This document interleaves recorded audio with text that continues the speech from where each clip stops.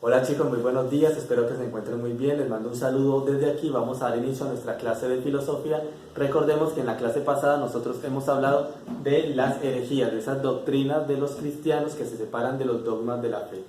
Una herejía es un pensamiento que va en contra de una verdad de fe o en contra de un dogma y se dan en los siglos 3 y 4 después de Cristo, ¿listo? Y vamos a tener en cuenta algo muy importante para poder continuar con el tema y comprender las herejías. Entonces tenemos en la persona de Cristo dos naturalezas, la naturaleza divina que lo hace ser verdadero Dios y la naturaleza humana que lo hace ser verdadero hombre. Por tanto, en teología, la unión de naturalezas en la persona de Cristo se le va a llamar la unión hipostática. Esto es importante porque las herejías se dan o surgen cuando se intentó comprender esta doble naturaleza o esta unión hipostática en Cristo. Entre las principales herejías que se dieron a lo largo de la historia tenemos el arrianismo, tenemos el apolinarismo,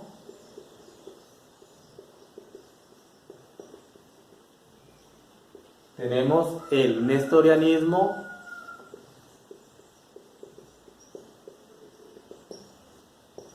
tenemos la herejía del monofisismo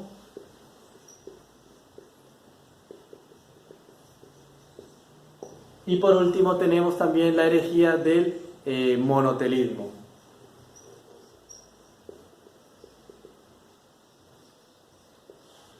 Hay otras herejías como el adopcionismo, pero nosotros en la clase vamos a hablar simplemente de estas herejías para poder comprender esta controversia que se dio a lo largo de la historia sobre la persona de Cristo. Vamos a ver la herejía, vamos a ver el autor de esa herejía, vamos a ver qué dice cada una de las herejías, vamos a ver también lo que dice el concilio o el sínodo, lo que responde a esa herejía. Vamos a ver los defensores en cada uno de los concilios o en los sínodos y qué dice cada uno de estos concilios acerca de Cristo o para defender la persona de Cristo frente a los argumentos dados por estos herejes. Entramos entonces a hablar de nuestra primera herejía, que va a ser el arrianismo, propuesta por Arrio. Básicamente lo que dice esta herejía es que Cristo es una criatura elegida por Dios, pero no es Dios, por lo tanto el Hijo es criatura, y lo que hace la herejía es negar la divinidad de Cristo. ¿Ya?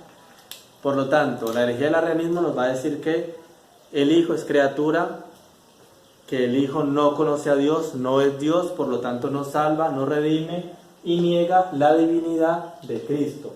El concilio que viene a combatir esta herejía va a ser el concilio de Nicea en el año 325, ¿sí? Y uno de los máximos exponentes aquí dentro del concilio o defensor que va a argumentar contra la herejía va a ser San Atanasio, y lo que dice el concilio es que Cristo es consubstancial al Padre, es decir, que Cristo es de la misma naturaleza y la misma sustancia del Padre. Lo que hace el concilio de Nicea es salvaguardar o defender la divinidad de Cristo, cosa que estaba negando Arrio.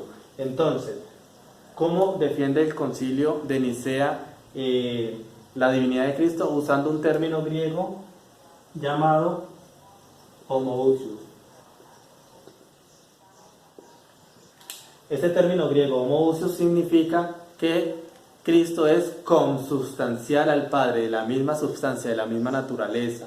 Lo que hace el concilio de Nicea es usar un término griego filosófico, porque el problema que estaba planteando Arrio es un problema filosófico, pero también a la vez un problema teológico. ¿Listo? Entonces, esta es básicamente la herejía. El arrianismo propuesto por Arrio: el Hijo es criatura, se niega la divinidad de Cristo. Lo que hace el concilio de Nicea en el 325 es defender la divinidad de Cristo, diciendo que Jesucristo, el Hijo de Dios, es Dios y por tanto es consubstancial al Padre. La segunda herejía que nosotros vamos a tratar es el apolinarismo, propuesta por Apolinar de la Odisea. Lo que dice básicamente esta herejía es que Cristo es Dios, pero no es verdadero hombre.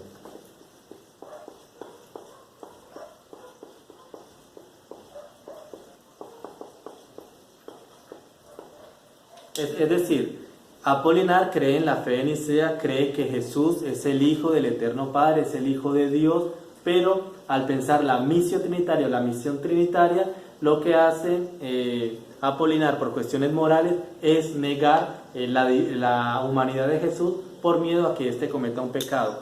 El concilio que viene a combatir esta herejía es el concilio de Constantinopla en el año 381. Y los principales defensores dentro del concilio son San Atanasio, San Gregorio Nacianceno y San Basilio. ¿Qué dice el concilio? Que Cristo es verdadero Dios y verdadero hombre. ¿Listo? Entonces, el Jesús que va a proponer Apolinar es un Jesús, un títere manejado por el Logos. Por lo tanto, niega también la salvación al negar la humanidad de Jesús. ¿Listo? Esta es la herejía del apolinarismo. Cristo es Dios, pero no es verdadero hombre. Aquí lo que hace esta herejía es negar la humanidad de Cristo.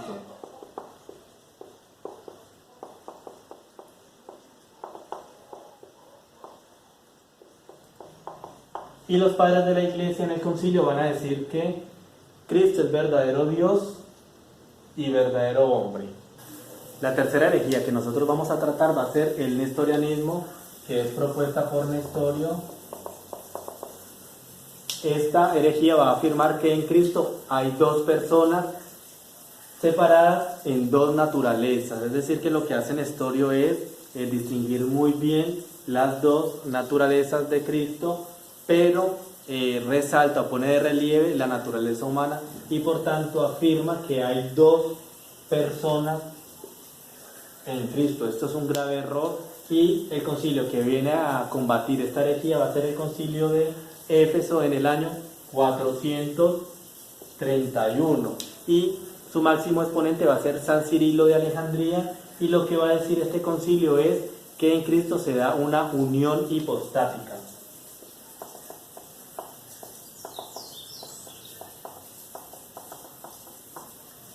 Cuando hablamos de unión hipostática, este es un término teológico para referirse a que en Cristo se dan dos naturalezas. En la persona de Cristo se dan dos naturalezas, la naturaleza humana y la naturaleza divina, que lo hace ser verdadero Dios y verdadero hombre. No hay dos personas en Cristo, una única persona y hay dos naturalezas, naturaleza humana y naturaleza divina.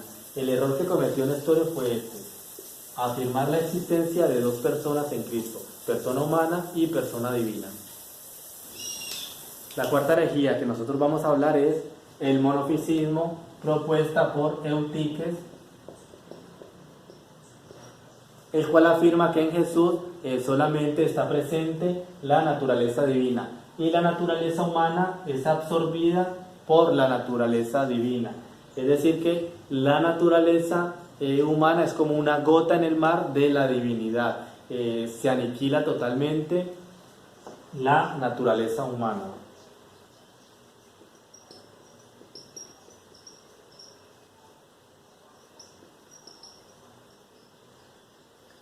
Por lo tanto, en Cristo está solamente la naturaleza divina. Eutiques lo que dice es que antes de la unión hipostática se dan las dos naturalezas y se pueden distinguir la naturaleza humana y la naturaleza divina. Pero después de la unión hipostática, la naturaleza divina aniquila a la naturaleza humana. Y el concilio que viene a combatir este error es el concilio de Éfeso en el año 449.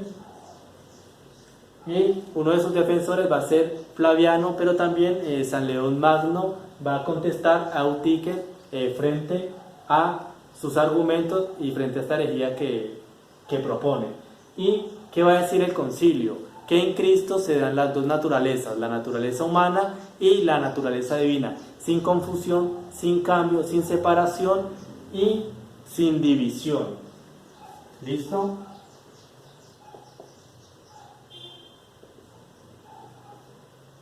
Hay dos naturalezas entonces en Cristo, la humana y la divina. ¿Sí? Sin confusión, sin cambio, sin división. ¿Listo? Esta es la herejía que propone Eutíquez, monofisismo, la cual afirma que hay una naturaleza después de la unión hipostática porque la naturaleza humana es aniquilada.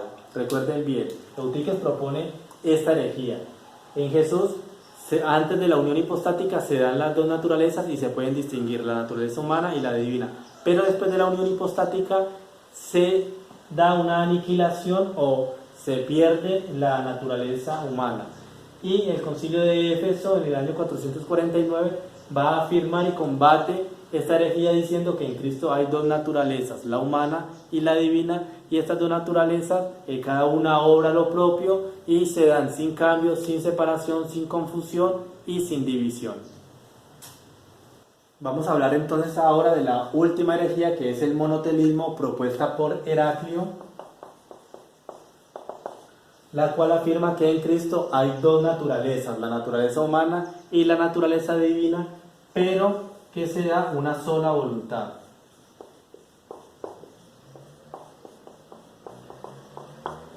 Y el concilio que viene a combatir esta herejía va a ser el tercer concilio de Constantinopla en el año 630, el cual va a afirmar que en Cristo se dan dos voluntades, ¿sí? Que la voluntad humana sigue amorosa y libremente a la voluntad divina. Esto lo podemos ver en su máximo esplendor en el huerto de los olivos, cuando Jesús va al huerto y reza al Padre y dice: Padre, si es posible, aparte de mí este cáliz, pero que no se haga mi voluntad, sino la tuya. Es decir, dos voluntades en Cristo que se someten libre y amorosamente a la voluntad divina. ¿Listo? Entonces, es todo por hoy, chicos. Cualquier duda, cualquier pregunta sobre las herejías pueden consultarme. Es un tema muy extenso, pero lo hemos hecho de una manera muy resumida para poder comprender estas controversias que se dieron a lo largo de los siglos 3 y 4. En nuestros próximos videos ya trataremos el tema de San Agustín, Santo Tomás. Por ahora comprendamos este tema de las herejías. Muchas gracias y nos vemos en un próximo video. Chao.